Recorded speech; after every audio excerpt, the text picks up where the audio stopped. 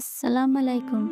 রমজান বরকতের মাস, রহমতের মাস। এই মাসে আমাদের প্রতিটি ভালো কাজের প্রতিদান আল্লাহ কয়েক গুণ বাড়িয়ে দেন। তাই এই মাসে আমরা বেশি বেশি ইবাদত করব, বেশি বেশি দোয়া করব এবং অবশ্যই বেশি বেশি জিকির করব। কিন্তু কোন জিকিরগুলো পড়া সবচেয়ে গুরুত্বপূর্ণ, আজ আমরা জানব সেই গুরুত্বপূর্ণ জিকিরগুলো, যেগুলো করলে আমাদের অসংখ্য সওয়াব লাভ হবে ইনশাল্লাহ।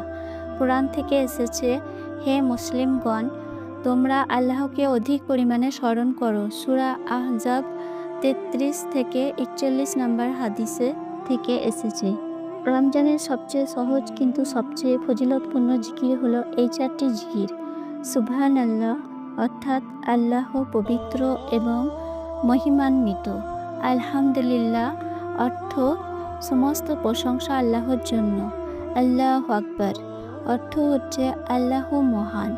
লা ইলাহা ইল্লাল্লাহু অর্থ আল্লাহ ছাড়া কোনো মাবুদ নেই। হাদিস থেকে এসেছে, রসুল সাল্লাল্লাহু আলাইহি সাল্লাম বলেছেন, এই 4টি জিকির আমার কাছে সবকিছু থেকে প্রিয়। মুসলিম, বুখারী শরীফ।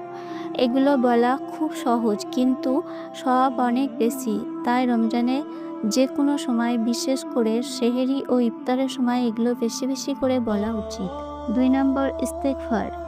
আস্তাগফিরুল্লাহ ক্ষমা চাওয়ার সর্বোত্তম জিকির। আস্তাগফিরুল্লাহ অর্থ আমি আল্লাহর কাছে ক্ষমা চাই। কোরআন থেকে এসেছে, আর যারা ফজরের পূর্বে ক্ষমা প্রার্থনা করে আর তারা সফলকামী। সূরা আল ইমরান 3 থেকে 17 নম্বর আয়াত। হাদিস থেকে এসেছে যে রসুল সাল্লাল্লাহু আলাইহি সাল্লাম বলেছেন, যে ব্যক্তি বেশি বেশি ইস্তেগফার করে আল্লাহ তার সব সংকট দূর করে দেন আর তার রিজিক বৃদ্ধি করেন। তিরমিজি শরীফ।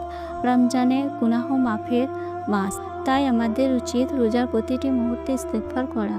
3 নম্বর দরুদ শরীফ। নবীজির উপর দরুদ পাঠের ফজিলত। আল্লাহুম্মা সাল্লি আলা মুহাম্মদ ওয়া আলা আলি মুহাম্মদ। কোরআন থেকে এসেছে, নিশ্চয় আল্লাহ ও তার ফেরেশতারা নবীজির উপর দরুদ পাঠ করেন। হে মুমিনগণ, তোমরাও তার উপর দরুদ পাঠ করো ও সালাম দাও।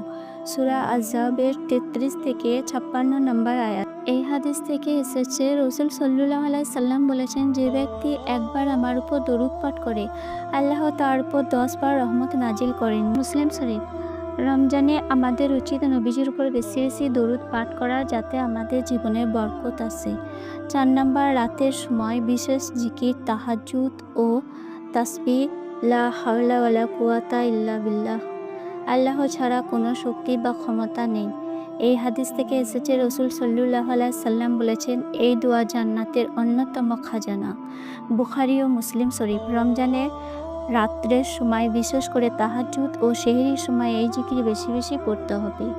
5 নম্বর বিশেষ দোয়া, লাইলাতুল কদরের রাত্রে পড়া দোয়া। আল্লাহুম্মা ইন্নাকা আফুউন তুহিব্বুল আফওয়া ফাফু আন্নি। হে আল্লাহ, তুমি ক্ষমাশীল, তুমি ক্ষমা করতে ভালোবাসো, তাই আমাকে ক্ষমা করো। হাদিস থেকে এসেছে যে রসুল সাল্লাল্লাহু আলাইহি সাল্লাম বলেছেন, লাইলাতুল কদরে এই দোয়াটি বেশি বেশি পড়ো।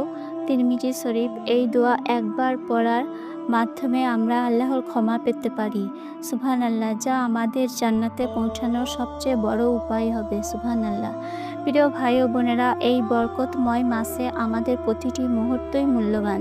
তাই আসুন আমরা বেশি বেশি জিকির করি, আল্লাহর কাছে ক্ষমা চাই এবং আমাদের জীবনকে জান্নাতের পথে পরিচালিত করি। আপনি কি চান আপনার বন্ধুরাও এই সওয়াব পায়?